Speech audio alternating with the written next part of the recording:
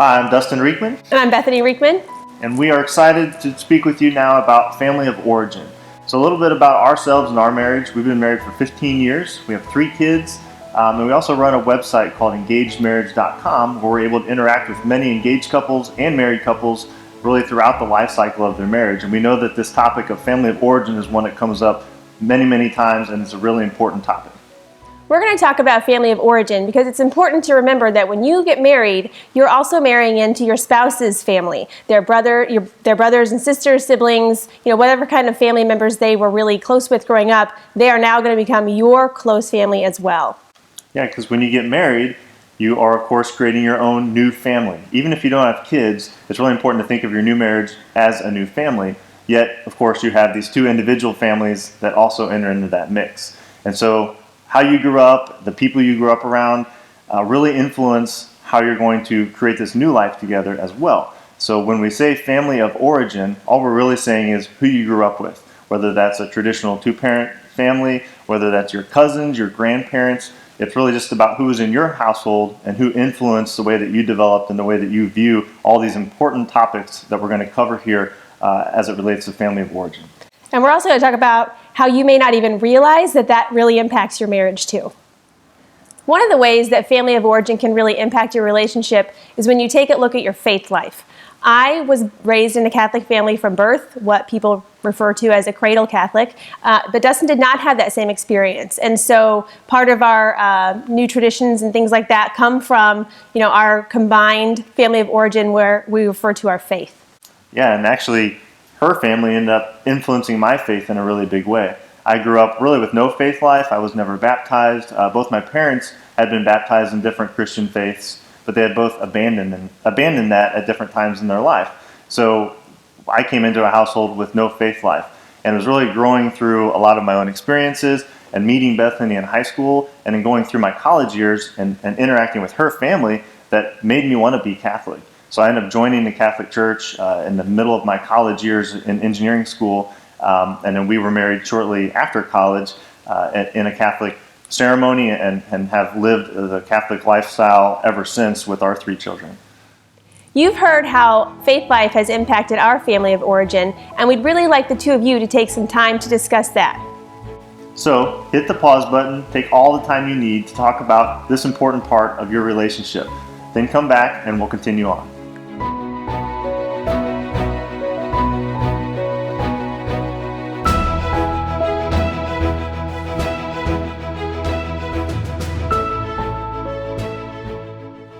Another aspect of family of origin includes marriages. We're talking about the kinds of marriages that you witnessed when you were growing up, whether they be your nuclear family inside your home or those of your family and friends outside of your household. But those can really make a big impact on how you see a healthy marriage. Yeah, for instance, maybe one of you had a really healthy experience growing up and you had a great view of marriage and you really had no divorce and those types of things in your past. Maybe the other of you, the other side of the couple, did have divorce or maybe had abuse and other things going on inside the household that really skewed the way that you look at marriage. My household, when we were growing up, my parents were not perfect by any means, but we definitely had a really traditional family life. My parents were never divorced, and I didn't have any step-siblings or anything like that. So we grew up in the Catholic faith and just kind of were a normal type family, or what I assumed was normal, because that's my family of origin. Right, and whenever Bethany would tell me, and I would experience her quote-unquote normal family, it turns out it wasn't all that normal, at least from my perspective. So I grew up in a much different type of household. My parents were married, but they were not healthily married. My dad was an alcoholic. There was a lot of abuse in my household. There was a lot of time where my mom and I would spend it outside the home, even though they were still married. Also, I had 2 step-siblings of very different ages, and I should say 2 half-siblings, 2 half-brothers. So one was my age and lived with me. One felt more like an uncle, but that's what I knew as brotherhood, right? And then in my high school years, my parents ultimately did divorce. And then ironically, in my college years, they remarried. Bethany and I were their attendants at their wedding. So you could see how we had very different views of marriage, very different experiences around marriage. Even the idea of remarriage was very different just based on the things that went on in our households as we were growing up. Another important point to discuss around your marriage and your family of origin is the idea of divorce. And how has divorce touched you throughout your childhood and your upbringing, whether it's in your own parents, in your grandparents, and maybe some of your siblings, if you have older siblings or those that have been married before you. And how does that affect your ideas of commitment and the realism of a lifelong marriage? Or if you haven't experienced the pain of divorce within your own family, how can you support your future spouse if that's the case for them? So right now would be a really good time for the two of you to hit the pause button and discuss if you've had any experience with divorce in your family and how you think that might impact your family of origin in the years to come.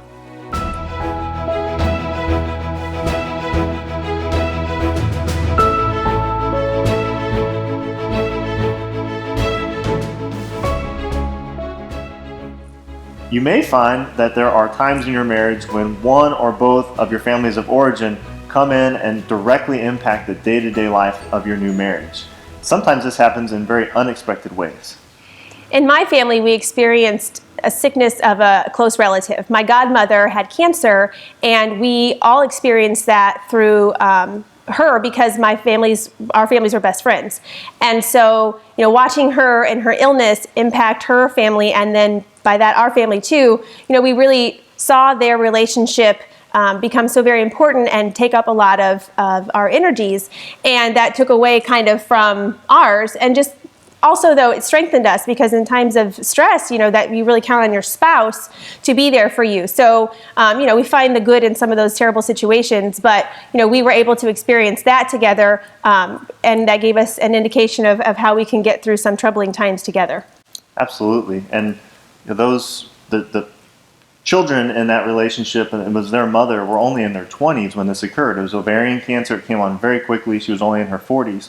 So they got married, not expecting any of these sort of things. But within a short period, they were faced with a lot of adversity, and then they had to see how their father, her husband, dealt with this, and then how he lived life beyond that after she passed away.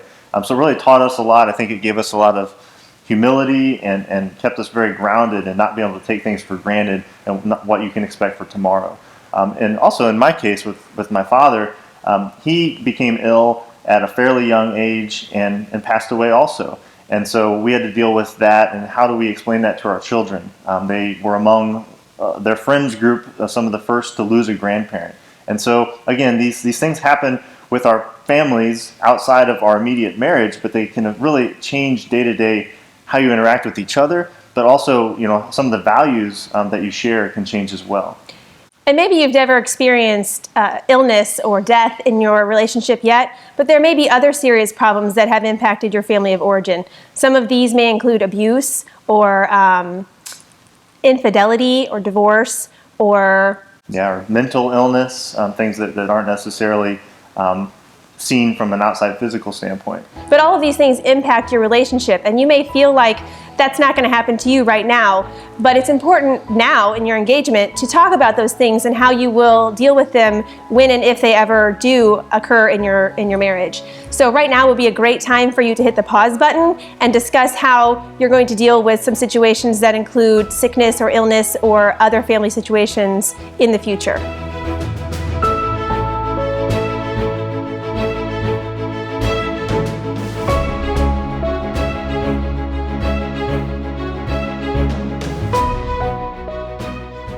So in working with thousands of couples over the years, what we found are there are 4 key areas in a marriage that we call the 4 pillars: communication, romance and intimacy, money, and parenting. And of course, your family of origin influences really how you deal with all 4 of these key areas. For example, with communication, you may find that in your household growing up, your parents maybe argued openly, right in front of you, loudly, depending on their communication style. Whereas in my family, my parents did most of their arguing behind closed doors. So, we knew when mom and dad weren't getting along because there was that whole, icy cold feeling, but none of their arguments were ever out in front of us. And another pillar that we spoke about was money.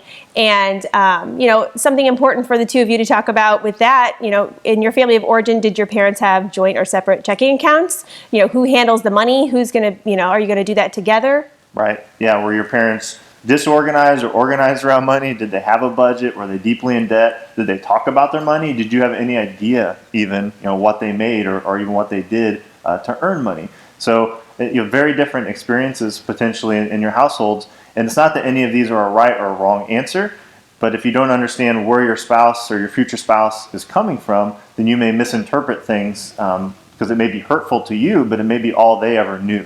And that's that whole essence of family of origin when it comes to these four important pillars in your future marriage. And another pillar that we spoke of is romance and intimacy.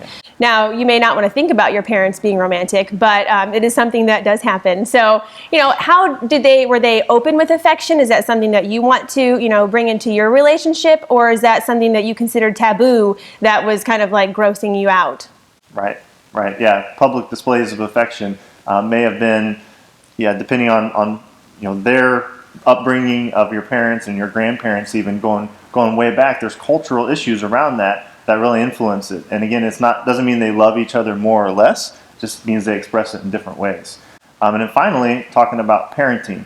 Obviously, the way that your parents approach parenting directly influenced you, but you have your own thoughts about what parents do and don't do when it comes to maybe discipline or quality time and how do you spend time with your children.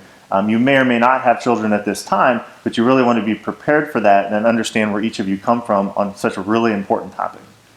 So now would be a great time to hit the pause button and discuss these four pillars between the two of you and see where you stand on communication and money and parenting and romance and intimacy.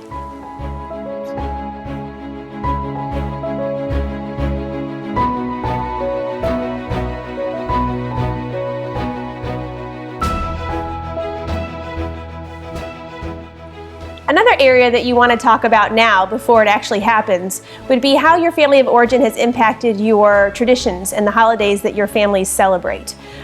We can give the example of when Dustin and I were first married or really first started dating. I kind of got a glimpse into his family's traditions, specifically with Christmas. That's an easy one to talk about.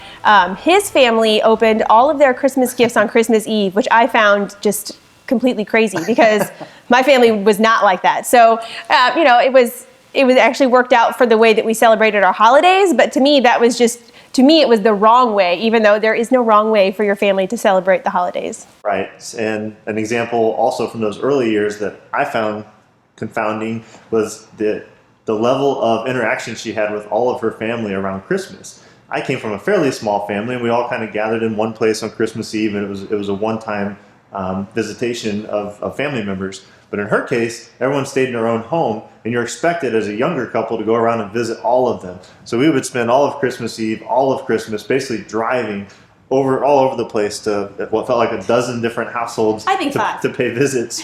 So that was just a different expectation. That shocked me, and she was shocked, of course, that we did it all at one time on Christmas Eve. So we had to, of course, come together, especially as we had children, and talk about what are we going to do, what's going to become our new tradition.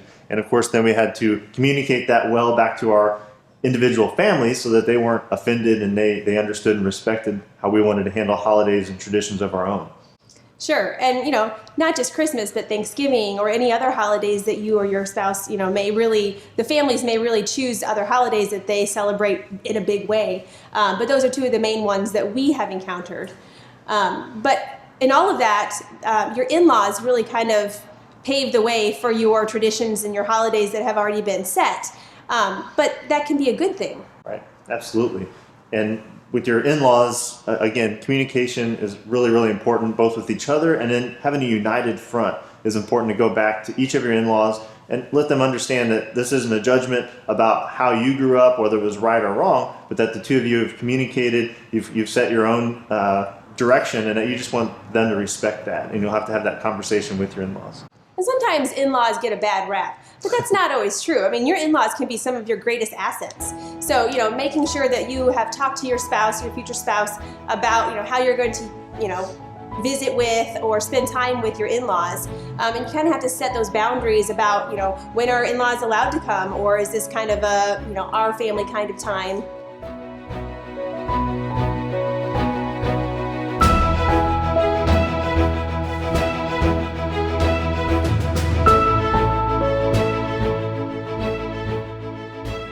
We We've covered a lot of topics in this family of origin segment. But the thing we really want you to remember is that none of us are going to have a perfect family. We're not called to have a perfect family, but we are called to have a holy family. And so keeping your faith as an important part of your relationship will really help you reach that goal. And we've talked about a lot here. You've taken some time today to speak about some of these important points and to compare your own thoughts about family of origin. We'd really encourage you up until your wedding day and well beyond that to continue these conversations and continue to explore how your family of origin is going to impact and enhance your new marriage.